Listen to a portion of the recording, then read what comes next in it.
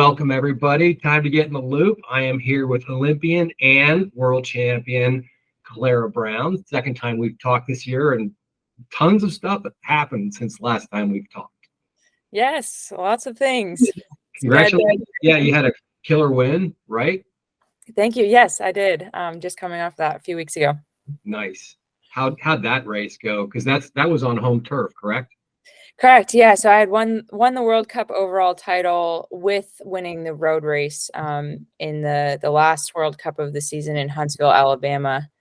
And yeah, it was incredible. We had a lot of home supporters, which was unusual. We don't often have a whole lot of American fans when we're competing in Europe. Just travel is obviously a challenge. So it was awesome to just hear my name as I was riding all over the course. And yeah, it really just felt like a race of attrition. We made it hard from the start. So yeah, I kind of worked well with my Swedish competitor Anna Beck and came down to a 2-up sprint and got her at the line. So yeah, it felt really good to take the win. That's awesome. That's what a great way to start the year too, right? Yeah, it really helped with the mental game too, which is always big. But yeah, it's fun, especially being in the States. I know you raced over in Japan and you've raced all over Europe. I mean, yeah, what's that like being domestic as opposed to having to travel as much as you do?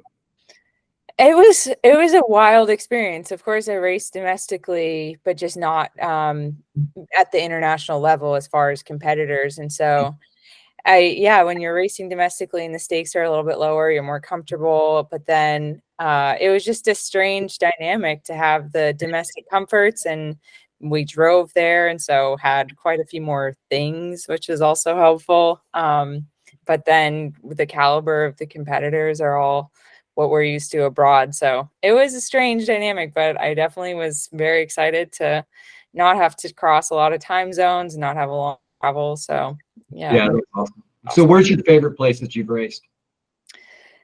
I think my favorite place was my very first World Cup with the team in Cordonia, Italy. It was gorgeous. It was just probably the most challenging and technical course we've ever had. And unfortunately, my fitness and just experience as a rider really wasn't there to be in the mix. But it was an incredible week there, and food was awesome. The people were really excited to see us, and yeah, we had huge crowds. So that was probably my favorite.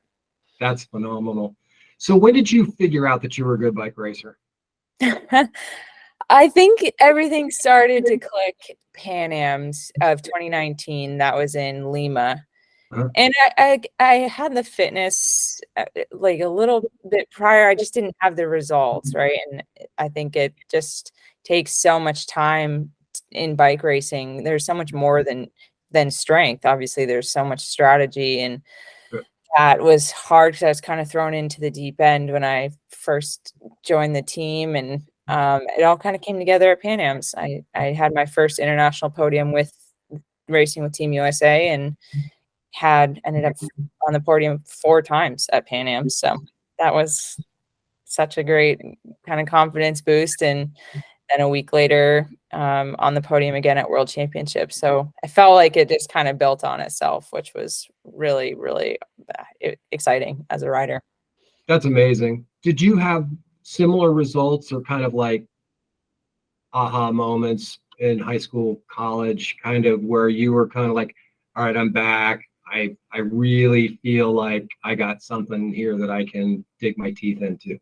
Yeah, it was in high school. So I was a coxswain on the rowing team. Right. So I wasn't the one physically exerting myself, but I was brand new to that sport as a freshman in high school, and had kind of a turning point my junior year when I brought my crew to the podium at the head of the Charles, which is a pretty big event for the rowing world. And that was one of those moments again where I was like, okay, I've figured out how to do this. I'm good at it, and I can lead my crew successfully. And that's such a technical course too, where as a coxswain, your role is so much more important than a typical sprint race or anything like that. And then when I bought can you walk me through the coxswain thing? Because to me, sure, you're having to be a motivator. You're having to be keep your head about you while everybody else is losing theirs, and really trying to keep everybody on focus. That's got to be so hard to do. Yeah, yeah, it really, I mean, you said it well. So I am the motivator. I also am steering the boat and trying to keep my crew in sync, you know, literally, but also everybody aligning their goals the same way, and making sure that they're well informed. Like ideally they're not looking around, because that throws off the set of the boat, which is how it stays, how can I word this? Set so that you're not tipping to port or starboard. Right. Yeah, there we go. Sorry, I've been out of the rowing world for a while. My terminology is rusty. But so you have 2 seasons. In the spring, you do sprint racing, which is just basically a straight line, 2 kilometers quick, about 7-8 minutes. And then in the fall, you do head racing, which is kind of a rolling start. And if you're passing people, you're doing well. If you're being passed, you're not doing as well.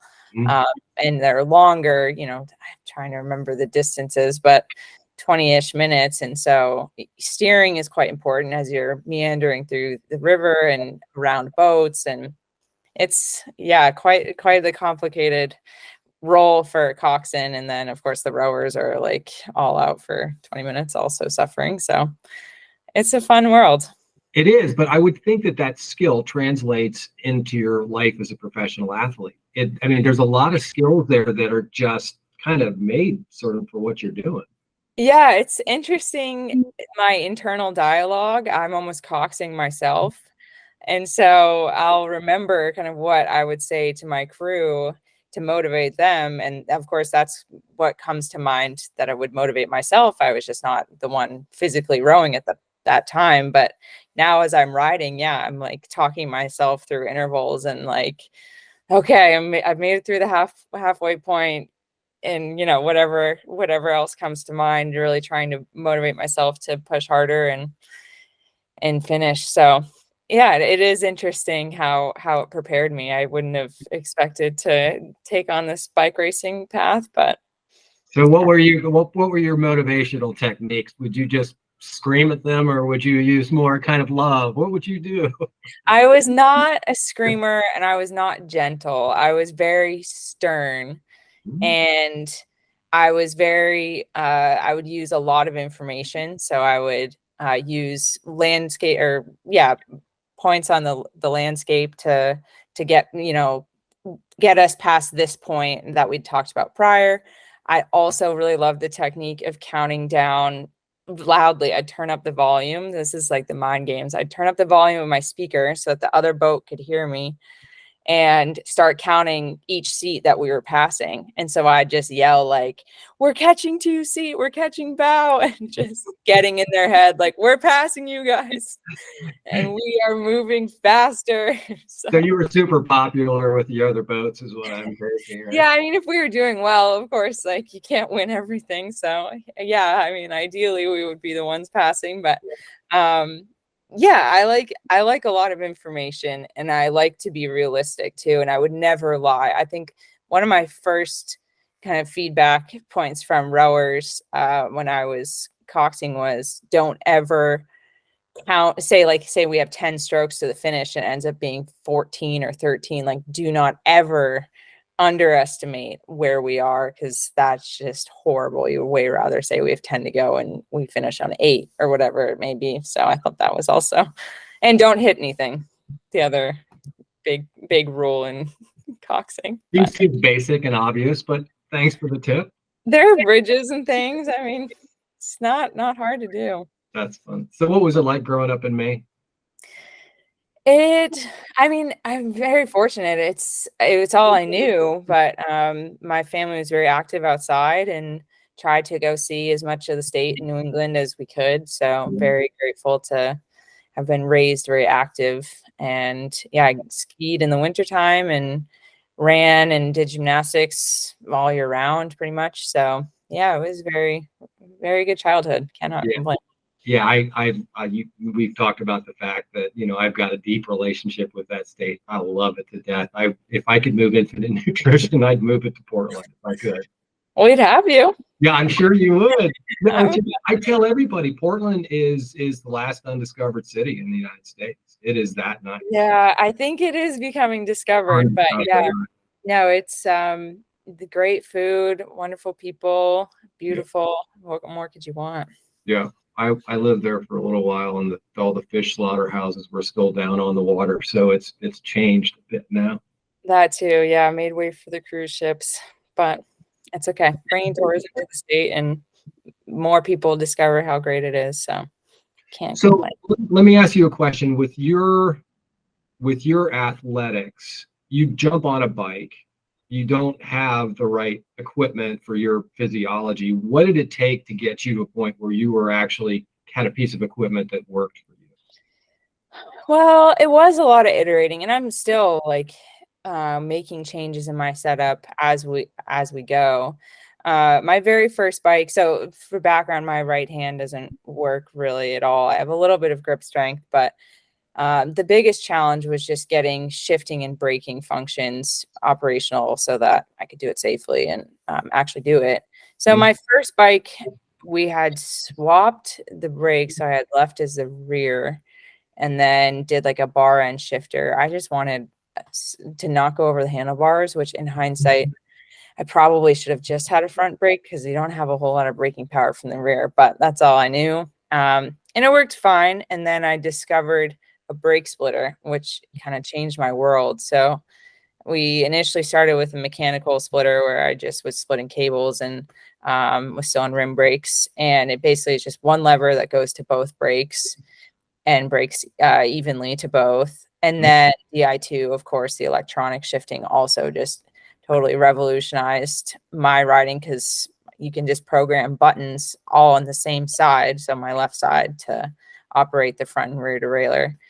And then moving over to disc brakes, found another splitter that can split the hydraulic fluid. And yeah, it's been mostly my mechanic boyfriend, coach, Noah Middlestead, who's been just kind of the brains behind all of it. And I'll, of course, give feedback. But yeah, I think that all, like the splitter and DI2, that was my 2018 bike. So it's been about 5 years of riding.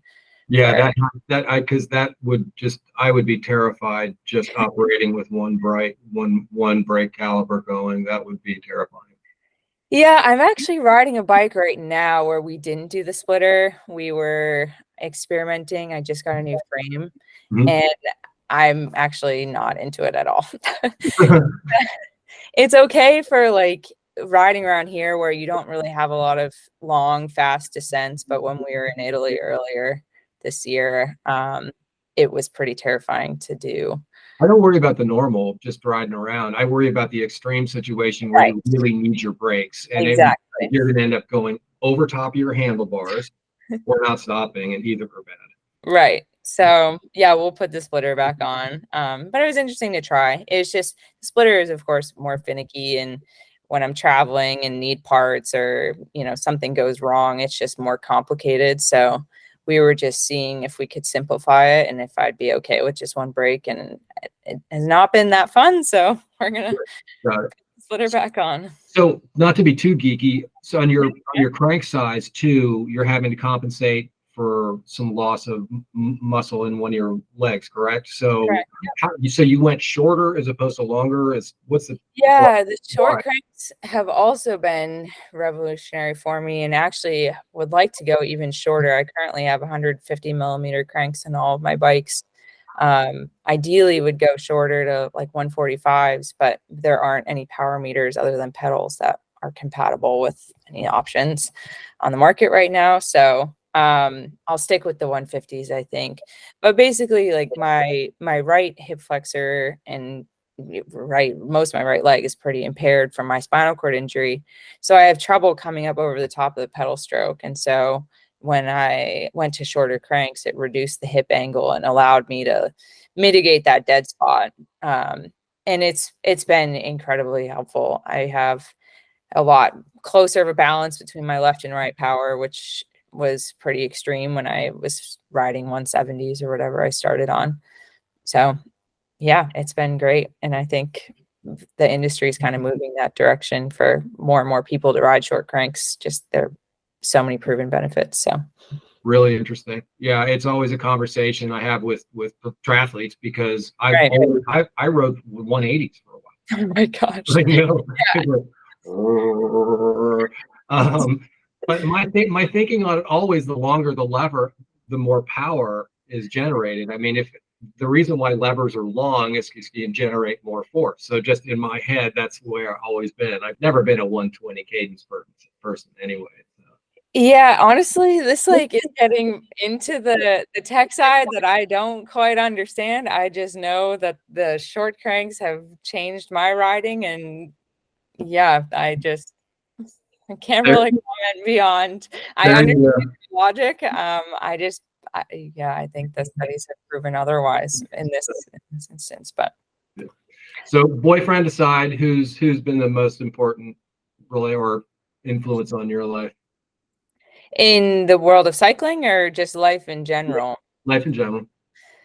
Oh, that it's hard. I have had so many mentors at different stages in my life. I would say I think the easy constant have been my parents. I think it's just been so I've just been so fortunate to have them really dedicate their whole lives to their kids, and especially with this traumatic accident at 12, they dropped everything to help me. And then since getting into cycling and well, rowing first and then cycling, they've just been my number one cheerleader. So I'm very, very grateful to have them. But Lots of video of your dad I saw there for sure. yeah, Very excited for you. my dad's a big softie at heart. You don't often see that side, but for some reason, it's become more frequent. I don't know. He's just very proud. Was there a professional female athlete or somebody in the industry that kind of took you under their wing and kind of showed you, hey, what's up? Yeah, I think the initial person I was thinking of with cycling related is Sarah Hammer. She's our national team coach, essentially. Very decorated cyclist in her own right, and she has just been an incredible mentor to me. And as far as navigating this world is like on the political side of things, as well as an athlete, like the physical exertion side. And she was really there for me in Tokyo when things didn't quite go to plan, and really had the empathy side of things where she's been there. She's been to several games and had things go well, had things not go well. And it's just, yeah, very, very lucky to have her. What did you learn from that Tokyo experience?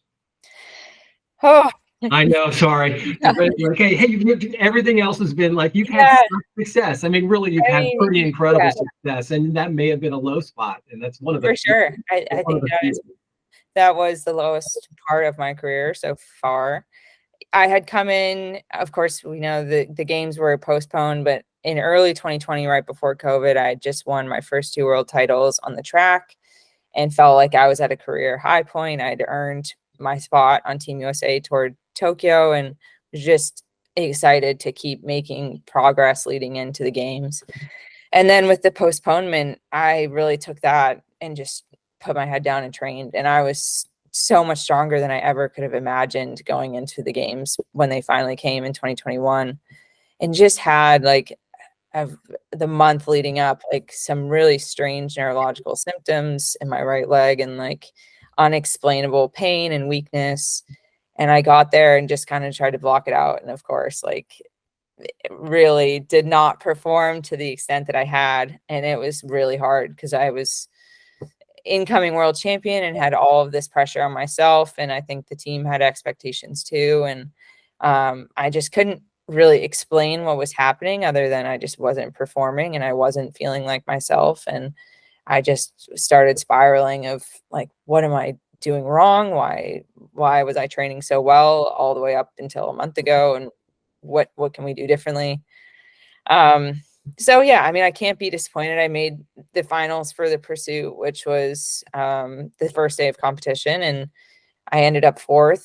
I can't be disappointed with 4th. I mean, I think, yeah, it's in the moment, I was so disappointed, but with more context and separation, I still did pretty well given the circumstances. So definitely a lot of a lot of motivation going into Paris, which is also helpful to.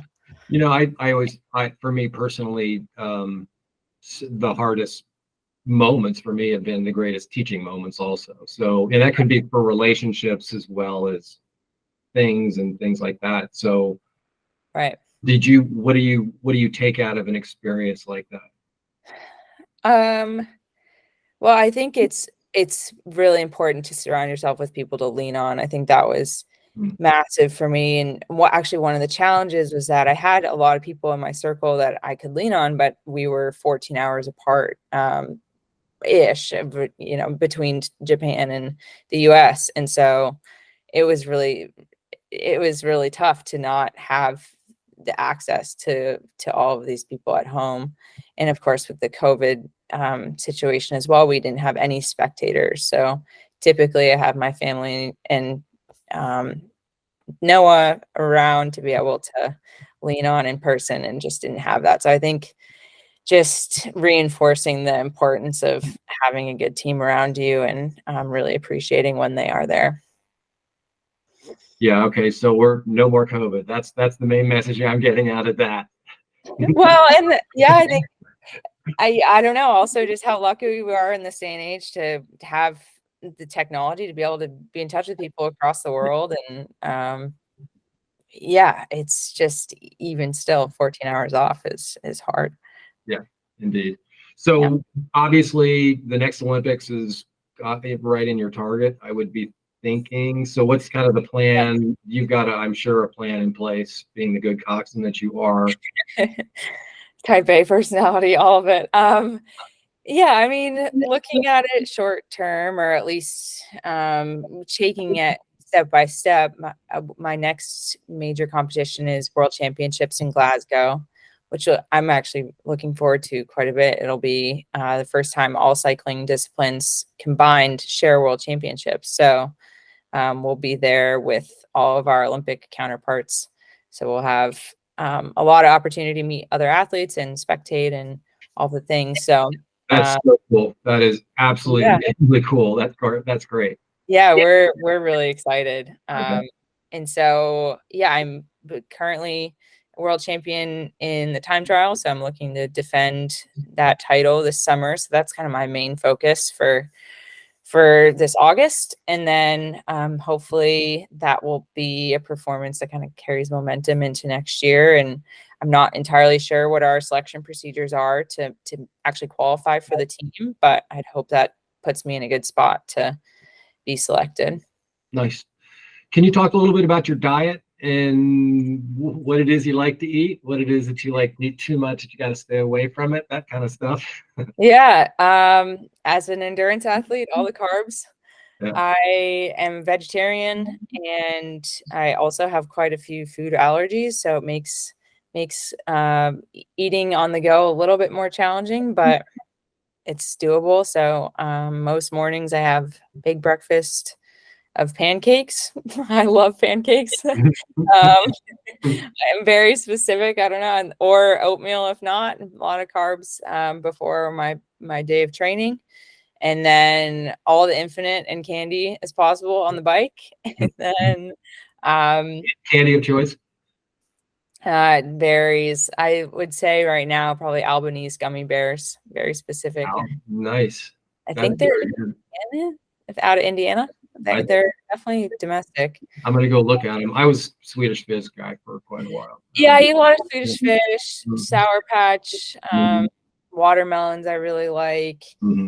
But yeah, always gummy bears are easy. Like that's probably my favorite. And then have some sort of recovery drink after getting back from a ride. And then yeah, for a big dinner of carbs, pasta, rice, whatever it may be, plus some vegetables and some sort of tofu or meat alternative. Do you try and target a certain amount of protein a day? Yes and no. I mean, my dietitian is probably like is rolling her eyes. Yeah, I was gonna say, she's gonna hear this if she does, and just sweet Marta, all of the work she's put in. Yes, I do. but I would say I tend to not get enough. And so supplementing has been on my mind, like this past few weeks actually has been drilled into me since seeing Marta in Huntsville, to take on more protein. So I just placed an Infinit order yesterday with 100 grams a day, 100 grams a day, right? Well, yeah, that's cool. So how many calories per hour when you're racing and training? What are your kind of numbers that you're targeting? I try to take in between 80 and 100 grams of carbs an hour. So yeah, Infinit has been incredible for me. It was without being able to open packages. I can just load up my bottle and not have to think about, like, the candy is totally like unnecessary, but I do it because I really enjoy it. And I'll be stopped. Boredom food. Yep. Right. And that's not, I typically don't race with any hard food just because I know I won't ever stop and have a chance to eat it. I really do want to work on being able to eat, but it's just hard. Like, there's some things with the disability where I'm like, you know what? It's easier to just take sips out of a bottle and I'll stick with that. That's what I know. So yeah, all the Infinit and I can while I'm riding. That's awesome. So, as far as the track road race, what's your favorite out of all those? My favorite's the time trial, the road time trial.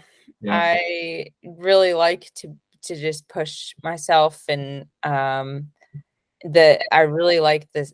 It feels similar to coxing a long head race where you're so reliant on the lines you're taking, and you're racing smarter.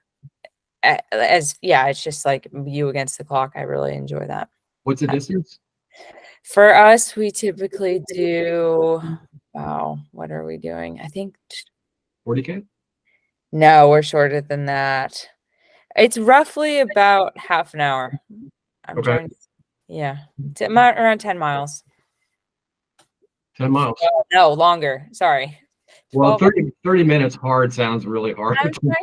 I'm trying to remember our race distances. This is so bad. I just did one on the shorter end that was 10 miles, but I don't think that's typical for us. We're usually closer to half an hour. So the whole world is in KM, so I just figured it's like, yeah, then 20K or something. We'll go with that. So do you race track too?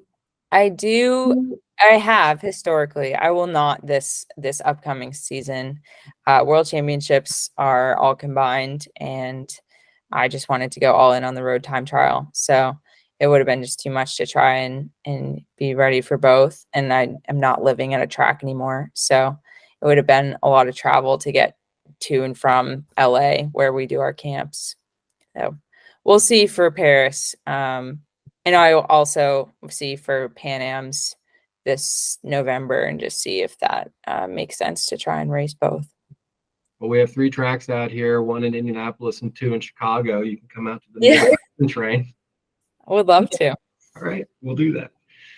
I want to thank you for your time. I mean, your success has been fun to watch for sure, and Infinit loves being a part of you and your team. So good luck. I'm really excited for the next year and a half. You got a lot going on. It's going to be really exciting. Yeah, no, it's been a true honor to be a part of this team, and thank you so much for supporting my career, because I truly couldn't do it without you. And I also, just like, shameless plug, it really has changed my life to be able to fuel on the bike and be able to, like, actually get what I need while riding. So I hope more people discover and use it. Shameless plug away.